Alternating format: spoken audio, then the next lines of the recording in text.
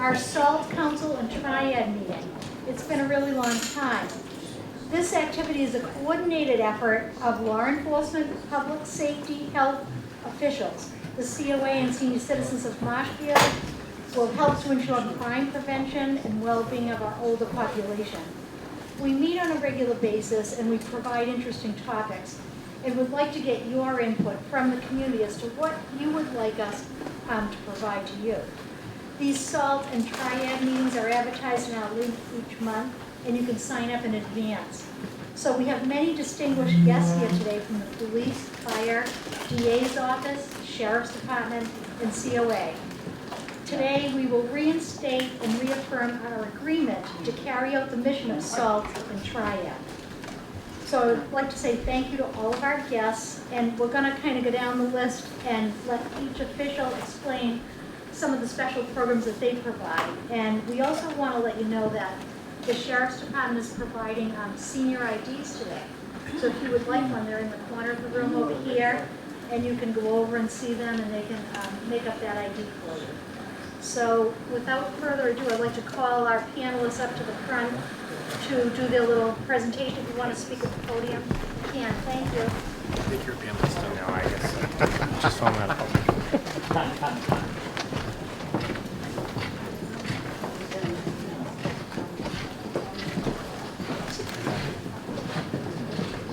Who wants to go first?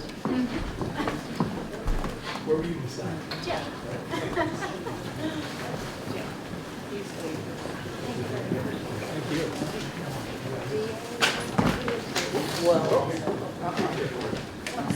Well, good afternoon, everybody. It's nice to be here today. It's great to be here at the COA.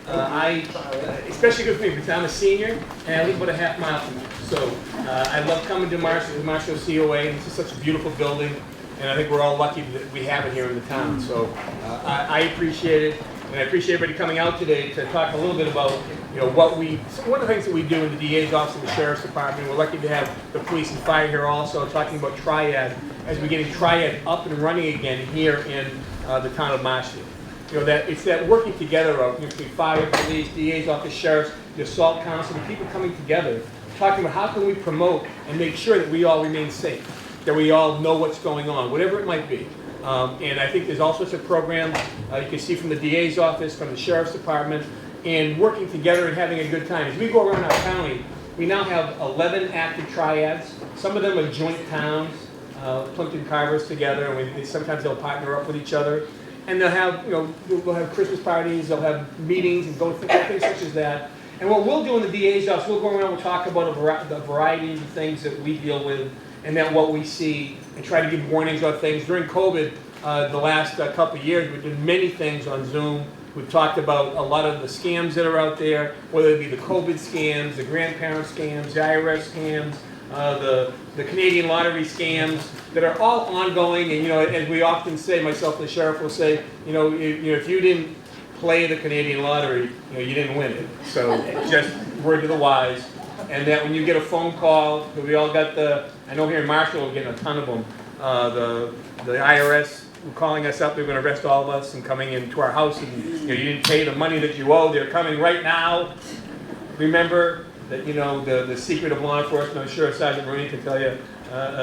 One of the secrets of law enforcement is that before they come and arrest you, they don't call you. They just come and they're going to arrest you. So it's things like that. We're trying to get the words out. We're trying to make people understand that we're trying to educate, promote public safety, prevent problems that are going on in our community, and we have, through the DA's office, there's all sorts of pamphlets, and there's file of life there. File of life are things that you can put your medical information on your refrigerator. If something does happen to you and you're not responsive to the first responders that may show up, you can have all your medical conditions there, the medications that you're on, so that the first responders don't give you something that may go counteract what it's supposed to be doing. So we continue to do that. We've been giving out file lives now for a really long time. They're a really good program. We use them with money that we confiscate from drug dealers, like as many of the things that we do.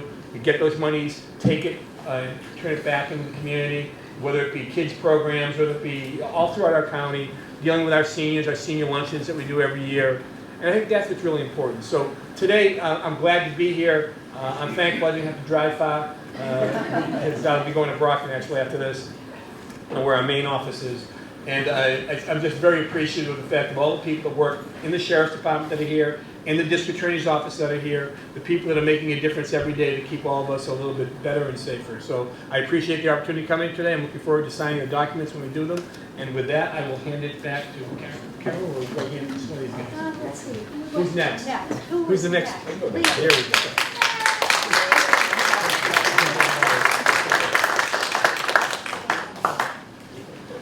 Hey guys, thanks for having me. Can everyone hear me? All right. It's been a few years, probably 5 or 6 at least since I spoke here. Just want to update everyone on what the police department's been working on, at least the last couple of years. So we are now ranked the 6th safest town in the United States with a population over 25,000 people. So it's not something we take lightly. So we'd like to maintain that ranking or make it better. So I'm just going to go over some of the things we're working on to keep everybody safe in town. So last year, about a year and a half ago, we started a CERT team, which is a community emergency response team. It's a group of civilian volunteers. We do several months of training with them, and then they're available to staff large events. They provide additional manpower during storms, search and rescue operations. They can aid us in those, and community relations. So we have 12 members currently. We're planning another class this year. Hopefully we'll get about 12 more out of that. So we'll be posting that information on our website in the next month or so if anyone knows someone who might be interested in volunteering. Our new police station is almost finished. We'll be in there in a couple of weeks. The very end of May is the proposed move-in date. So it's a lot more square footage. It's going to provide room for expansion for the police department. And most importantly, we're going to have state-of-the-art communication equipment. So all our 911 calls, our telephones, computers, everything is all going to be the best of the best. And if you guys need anything and you call us, hopefully the system works as well as humanly possible. Let's see, we got a second high water military vehicle for extracting people from their homes if we have floods. So now we have 2 of those, which we have pretty much used for every storm we've had, at least the winter storms. I know Sheriff McDonald is probably going to talk about the Code Red system. What we're also working on in Marshfield is called a hyper-reach notification system. And it's similar to a Code Red where, you know, if we have to send out a mass message to everybody for an emergency or town business or whatever it is, it'll go to your phones, your emails, things like that. But this hyper-reach system, we can narrow down to a certain geographical area. So for example, if there's going to be flooding in a certain part of town, like down in Brant Rock, we can circle on a map where we want to send that message to, and it'll just go to those residents. So it's going to really narrow down the amount of people that get affected by a message that we send out. Let's see. The safety net program, I know we've talked about that before. Detective Davis runs that. Basically, if you or someone in your family, especially people with Alzheimer's and dementia, if they tend to wander, set them up with a bracelet, a little tracking bracelet, and if they happen to wander off and get lost, we can track them down with a radio antenna with a tracking device that we have. And it works extremely well. So if anyone's interested in that, I'll give you Detective Davis's extension and phone number or his email address if you want to reach out to contact him. The DA talked about some of the scams we've been seeing recently. The main 3 that we've been seeing are, besides the IRS scams he talked about, we're seeing a lot of people, especially senior citizens, getting calls saying that one of your relatives has been arrested, maybe in a different country, and they ask for bail money. And a lot of people will just send it without making a phone call to that relative and making sure that see if they've been arrested or not. And 10 times out of 10, they have not been arrested. If someone's going to call you for bail money, they're going to call you themselves. They're allowed to make a phone call. Let's see. Utility companies also. We see a lot of people pretending to be your utility company, saying you owe late fees on a utility bill, except what you should notice with that is they ask you to send them gift cards or scratch off the code on the back of a gift card and send it to them. And we have people in the station every single day that fall for it. So just something to look out for. Most of these places, like the IRS and things like that, they do not call you ahead of time. Certainly not on the phone. So don't give out any personal information. If you doubt anything, if you doubt the credibility of whoever's calling you, look up their number yourself and try calling them back. And the same goes with emails too. If you get an email saying that there's been fraud on your account and they need you to verify a bunch of information, it's usually the scammer that's sending that to you. So let's just say they say your eBay account got hacked. Log into your eBay account. There should be a notification there if you actually got hacked. Otherwise, it's a scammer pretending to be eBay. That happened to me 2 weeks ago. That's why I brought it up. Let's see. One last thing. So we are now part of the Plymouth County Outreach organization, and they have what they call a hub, which is basically a group of professionals that get together once a week. They act on referrals and they help people that need it. So how that pertains to some of the people in this room especially is that if anyone's been a victim of a scam, if anybody needs help with food, housing, better living conditions, they even give out gift cards for food and for, I believe they also, the dollar store, Wendy's. Anything that people are in need of, they can supply it. They have a lot of grant money and they can make it happen. Detective Davis also oversees that. So if anyone wants to write down his number, I'll give it out right now. So you just call the police department. It's at 834-6655, and he's at extension 5207. So he can refer anyone you know, or even yourselves if you need help. He can refer you to the group. They meet every Wednesday, and then they will reach out to you. So thank you for your time. So if anyone has any questions, I'll be glad to answer. You have a taser. Do I have a taser? Can you have one? Right. You want mine? You cannot have a taser, Massachusetts. Why not? That would be a question for our firearms officer, John Toomey. I would be glad to give you his number. Yes. Yesterday, I got an email from someone who is on the boosters board in Marshfield, asking if I had Amazon, asking like kind of for a favor with the prayer little symbol.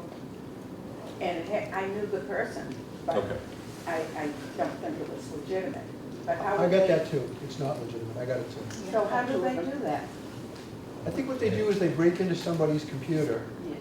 and they get their list, so it goes out under the name of the person whose computer they broke into, and you're on their list. So Okay. that's, yeah. I got one Yeah. from my general counsel, believe it or not. So, If you check their email address, you'll see it's a made-up yeah, one. It's not yeah. kosher. It won't be the right one. Yeah. Yeah, we've had people who can get their phone number to pop up as Marshfield Police Department, and then they ask you for donations. So we do not solicit over the phone. So if anyone questions that, it's a scam. They can do the same thing through a text. I get one Mhm. once a month or twice a month. I get that call from the police department looking for donations, and I tell the guy right out, my police department tells me pay no attention to it. And he's still talking away. We've had to tell. He's called the station, not knowing it was the station. And he still doesn't believe us. So if anyone doesn't have any questions, I'll turn it over back to Carol. Thank you.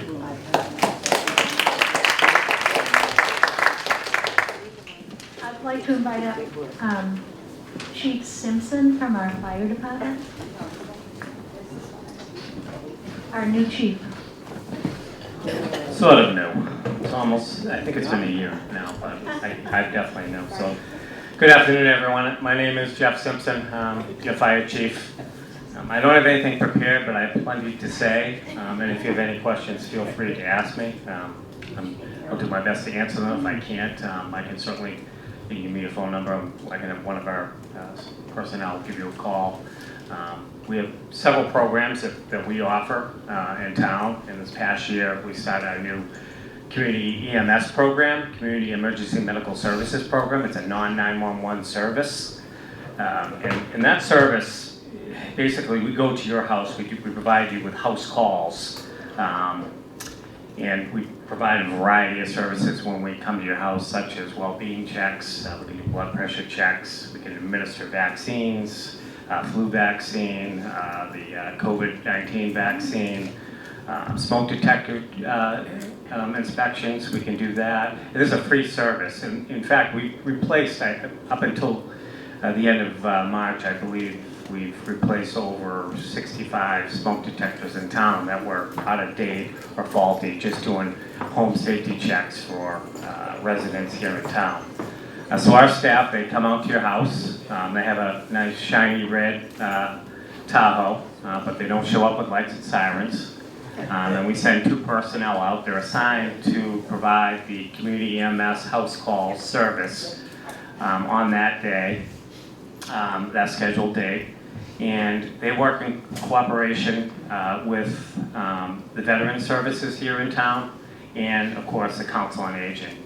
And we've done events so far at Winslow Village, T-Rock Gardens. We had a large cookout that kicked off the program early, I believe it was in September of last year. And to date, the program has done really, really well, reaching a lot of people and providing some services that they didn't know that they had the ability to, reach out and grab. And it's a free service, which I think is fantastic.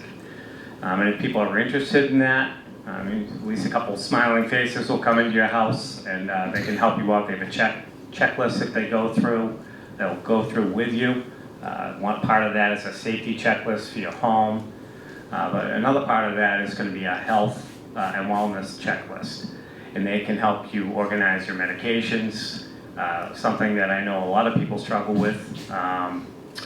And they can also help you organize references, healthcare references, people that are in the know that are going to assist us with medical care, dental care, things along those lines. And I love the File of Life, the community that I actually came from.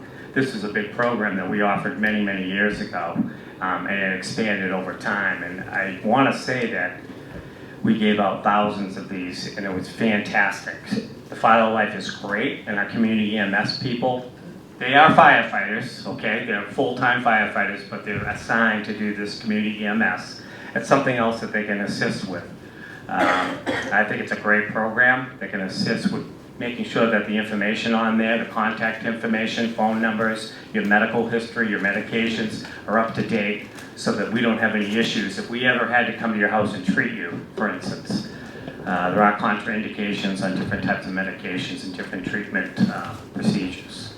So that program in itself is fantastic. I just want to let everybody know that, once again, it's free, which I love. I love free stuff. I noticed the sheriff brought lots of that today. We didn't bring any free stuff. I had nothing to give away. But there are lots of handouts here from the DA and the sheriff. If you are interested in this program, I'm just going to ask you to contact the Council on Aging. Okay, and Carol, her people, her personnel will set you up with and the Board of Health, of course, I'm sorry. Teresa Flynn, our public health nurse, is in the back hiding. She's hiding back there. I think she's going to have to talk, though. I think she's going to have to come up and speak. Anyways, you can call any one of those contacts are appropriate. And what will happen is Carol, Teresa will get you in touch with our community EMS coordinator. And he has a dedicated number. He does all of our scheduling. And like I said, his name is Ryan Henry. He does a fantastic job. He's a paramedic. And he and the deputy fire chief, they work really hard on this, and they've done a really, really nice job. So please take advantage of that. If you have any questions, certainly can ask me. And I hope everybody has a fantastic day.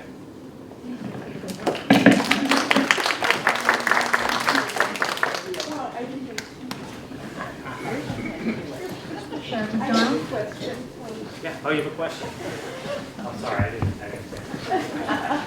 Go ahead. I forgot to see if anybody had any questions. Regarding smoke alarms, Yeah. I think I heard somewhere that after 10 years, even if they're hardwired, they should be replaced. Yes. And so now, if you live in an apartment complex, can you provide that service to come into our apartment? So the apartment complexes have a different system. It's called a system fire alarm, and those do not have to be replaced every 10 years. Oh, they don't? No, Okay. no, they don't. So it's a different code altogether. So they have to be maintained by an alarm company. Okay. Okay, where most of your residential alarms it's every 10 years. Okay? Yep, thank you. You're welcome. Any other questions? They always come. No, okay. Thank you. Thank you, Chief. Thanks indeed. Well, good afternoon, everybody. It's a great pleasure to be back here in Marshfield. I always love coming back. I grew up here in town, Marshfield High, class of '84. My mom and dad still live here. I'm sure many folks here probably see at least my father sporting around town, which he does all day, every day. Yeah, exactly. Yeah. And he I'll tell a funny story about him in a few minutes. I want to point out, as the chief pointed out, we've got some stuff here that's free for the taking. Most of it useful stuff. Those files of life are excellent things to have because the information can, if you take a little time and fill that out, even if you don't fill out the whole thing, just the medication information can prevent some potentially hazardous situations when the emergency medical people, or even if just going to your doctor's office. I know my mother recently went to, she had some issues that had to be dealt with, and rather than tell 10 different people, this is what I did, she just bring it with you. And there's actually a small one. Is it inside there, Tim, the little one? Yeah. So grab those, or grab a few of those, because I'm sure if you don't need it yourself, you know people that do. And these are great because the emergency medical people are trained to look for these. And one of the things I like to say is, as Tim says, these are paid for with drug seizure money. So those individuals who are caught dealing illicit drugs and end up in jail, there's a separate proceeding against their ill-gotten gains, their money, and the DA's office will prosecute those and actually get the money and put it to good purposes. So I like to say that you can thank the DA or you can thank me for those, but if you really want to thank the right person, we have the address for them. It's 24 Long Pond Road. They're down at the House of Correction with us. So we'll be sure to let them know that you appreciate that. That's a good thing. So, one of the other things too that I wanted to mention, I see on the table there, we've got the little plastic badges. I know those are for the kids. And feel free to take those. But I do have a more grown-up version if people want. I'll give those out. I've got some sheriff's office pins.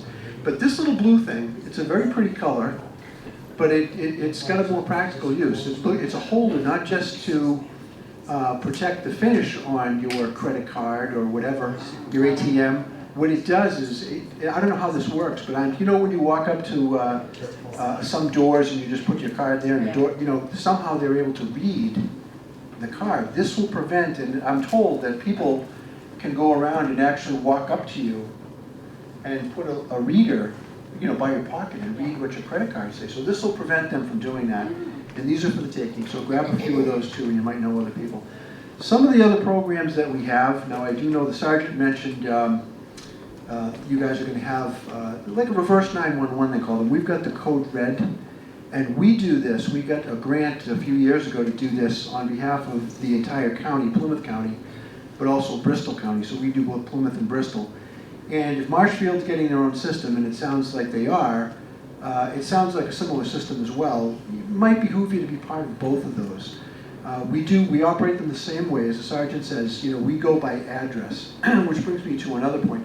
So we don't want to be warning people in Marshfield or outside of their specific neighborhood if it's not relevant to them. And a lot of people are like, well, geez, I'm afraid I'm going to get notification of road closures in New Bedford. No, that's not going to happen. We're very careful to limit those, how we do those. And we do those for all the towns, and I'm sure that Marshfield will do the same thing. The other thing that I think is important to note is these aren't used, to let you know about a PTA bake sale or something like that. We're not going to bother you with solicitations. This really is public safety related information or things that, road closures for whatever reason. It's useful information. And the other thing is too, now a lot of people, and I'm not one of them, I have a cell phone, but I still have a landline. A lot of people are not having landlines these days for whatever reason. And they have a cell phone, and my in-laws recently moved from the town of Westwood to the town of Duxbury. But they took their phone number with them. So if they were part of the system and we're doing it geographically, we're still going to think that they're in Westwood. So they're going to get information on what's happening on Route 128, so that's not relevant to them. So if you register with us, we don't necessarily go by just the phone number, it's where you live, because we'll be able to do that. And I'm sure that the Marshfield system will be the same way, and that's something you want to be conscious of. Sometimes you see those numbers that comes up, and you say, oh, it's a New Bedford phone number, but this is Dave, he lives across the street. Well, the phone number has traveled with him for a number of years, so that's important to keep in mind. So if you're interested in those systems, we've got information. I think it can't hurt to be a part of either one. And again, they're not abused. They're only used to tell you about relevant, important safety information. The other thing that I have here is, and this is good, the Safety Assurance Program. Are people familiar with this at all? It used to have a much better name. Not that safety assurance is bad, but it used to be called Are You Okay? Yeah. RUOC. And everyone, yeah, I see a lot of recognition. That was a great thing. The problem was it was trademarked. So when we improved the system and got a new one, they wouldn't let us continue to use that name. So we had to evolve with the times. And basically what this is, it's a free program, and you can choose a morning telephone call, and it's automated so that when the phone rings, and most of us are morning people, and the phone will ring, and it's automated, so just if there's no problem, you press 1, and if you want to talk to somebody, you press 2. If there's a problem, you press 3. It gives you a menu of options that you can choose from to deal with whatever your situation might be. If there's no response for some reason, we don't scramble NORAD. We don't send the cavalry right away. We'll call, an individual will call just to see if something's gone wrong. You will have notified us who it is you would like to be called. We don't necessarily send the police or EMS right away. We might call your neighbor or your son, your daughter, whomever, just as, oh gosh, and 99 times out of 100, thankfully, they're, rounding the 4th hole at Green Harbor Golf Course and everything is good, right? But that's something that's available to you. That's a free program as well. So these are some of the things that we can do. Some of the other stuff, and this is just fun stuff to put in the back of our minds and think about for another day. I know many of you guys have been down to see our farm down on Aubrey Street, and we had a farm festival this past weekend. That's a wonderful thing and a wonderful place. But we also, now that COVID, thankfully, and I think about this as I look out and see everyone without a mask on, thank God, I get to see everyone smile. We're going to be able to start doing tours of the correctional facility if people are interested in seeing what it is like. Or what a lot of people find even more interesting is the crime lab. The BCI, you might see those cruisers driving around the county. They're basically the CSI people. So when there's a crime scene here in the town of Marshfield PD can call up and the BCI guys will show up and they'll do photographs, they'll do fingerprints, and all that stuff. A lot of folks, myself included, we find that interesting. The kids really find it interesting too when they see a lot of this stuff on TV. So those are things to think about in the future.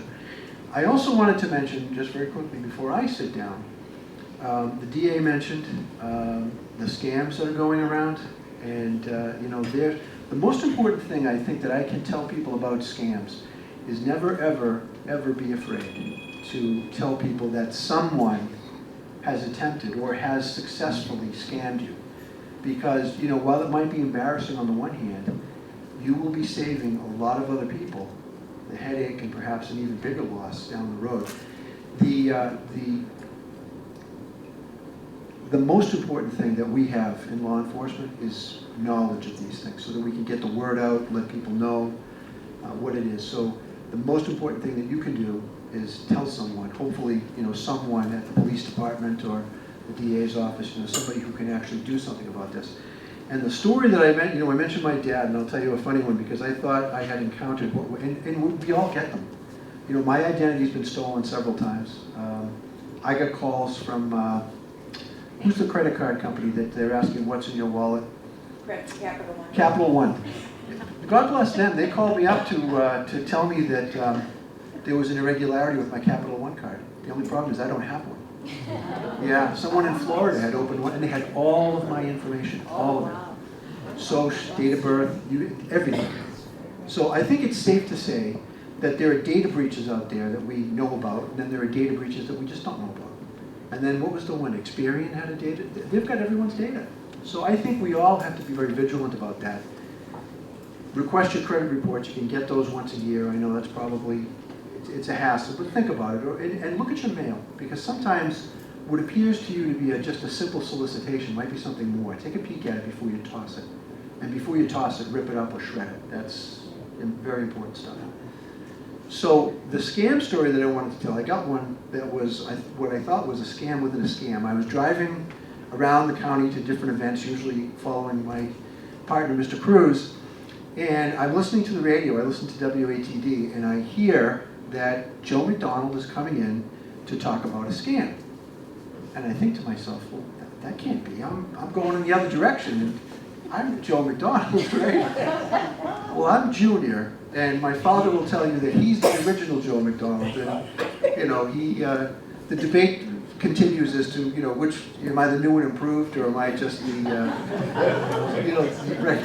the poor imitation. So, at any rate, I'm listening now with some real intrigue here, because who is this that's claiming to be? They know who I am at the radio station. So I listened to what it was, and it was my father who someone had attempted to scam him literally half an hour before that, and it was that bail scam that you referred to. So somebody called him. Now the other thing too, that there's no dishonor in this or shame in this, because these scammers are really, really good at what they do.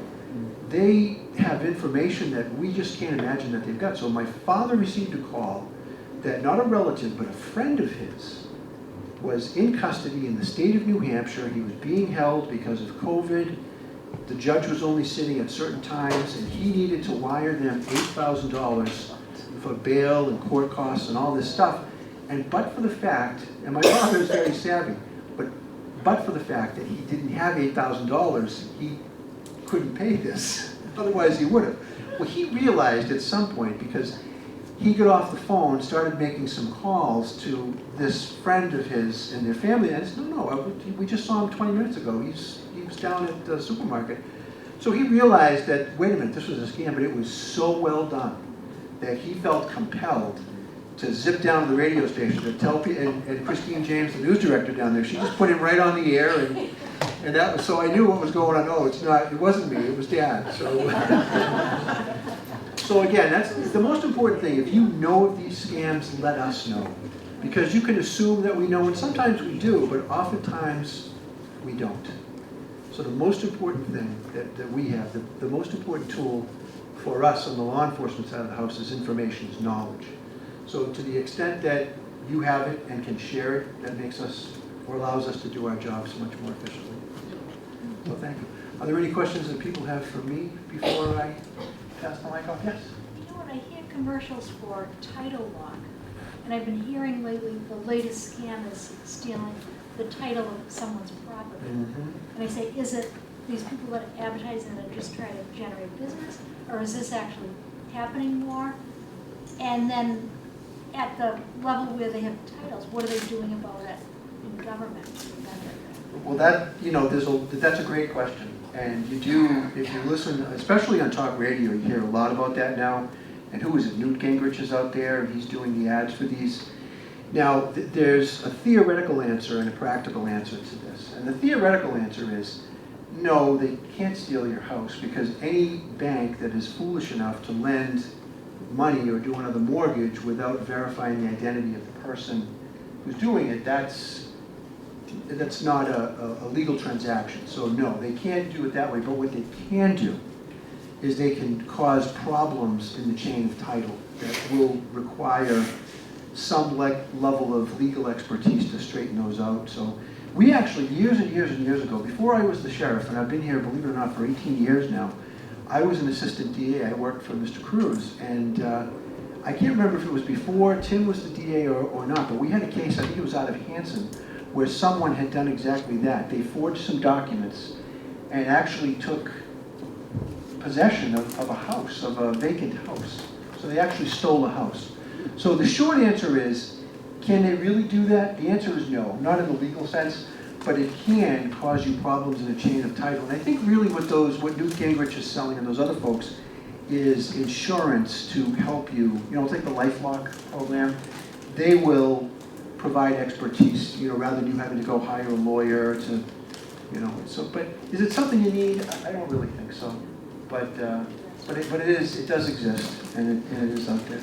Any other questions? Oh, yes. We have 2 credit cards, one for the internet and one for personal purchase. Our internet card was hacked. So, is there a black market for credit cards, or is that what it is? There is very much, you know, people, how many people have heard, you know, the internet, the web, all this stuff? There's something called the dark web, and I don't really know how to access it or get to it, but there is a very active market, yes. The answer to your question is yes, for your credit card numbers, and what they'll do, sometimes you'll notice, you get your credit card statement and you look at it, and you say, geez, $1.50 at the Shell station. Yes. What is that about? And you don't think much of it. Maybe I got a can. But what they'll do is they'll get numbers, and I'm not sure how they obtain them. Sometimes they may just sort of extrapolate them. They just guess and run that number through for a small charge that you might not notice. And if that charge goes through, they'll know I've got a good one. And then they'll set that, now that credit card number has value. And that's how they do that. So you're very wise. That's actually a great point. The 2 credit cards, one of them for internet use, and one of them for using at physical store locations, which I think is a very good idea. That way, if one gets compromised, you'll have an idea as to where it was compromised. Yeah. But a great question. Thank you, and a good point. Any other?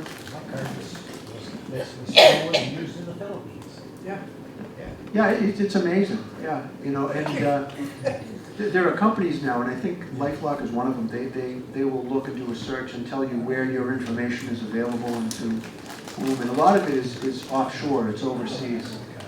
So by the time, you know, we figure out what's going on and if there's a scam taking place, there's really no way to get at them. Yeah, you're right. The Philippines is a big one. Nothing you can do. Yeah. I hear that some cards get sold to, let's say, undocumented workers will buy a card and they can use it for maybe a day and get whatever they want, and then boom. Yeah, well, that may or may not be happening. I don't know. I can't speak to those individual circumstances, but I do know if they get an active number that they've been able to do those small charges on, that has value, and they will sell that to other nefarious individuals, you know, regardless of what their immigration status would be. But you're correct in that assertion. I appreciate you making the point. Yeah. Yes, ma'am. I have charges on my bank card from New York. A lot of charges. And that's a scam. Because you didn't go to New York, right? No. Yeah. Yeah. Well, the good news is if you catch this, you let them know. Generally speaking, they take those charges off your card. Yes. Yeah. Yes. So, but you know, the problem there becomes, you know, those, like we said before, nothing is free. And that all gets worked into, you know, as we're watching interest rates go up. You know, I wonder how they're doing. Yeah, I don't know. I don't know. But thank you. Yeah, it's a great point. Any other questions that we have before I sit down? Well, we're going to be around for a little while, so if people want to talk to us offline about stuff, we'll be here for a bit, so we're happy to do that. And I'll hand out some of my my grown-up pins. How's that? Okay. Great. Thank you all. So don't forget to go over and get your senior ID if you don't have one already, or any of the material up here. We hope to see you every month. We want your input. We want to do better and keep you safe. So we hope to see you next month. It'll be in the newsletter. Thank you, everyone.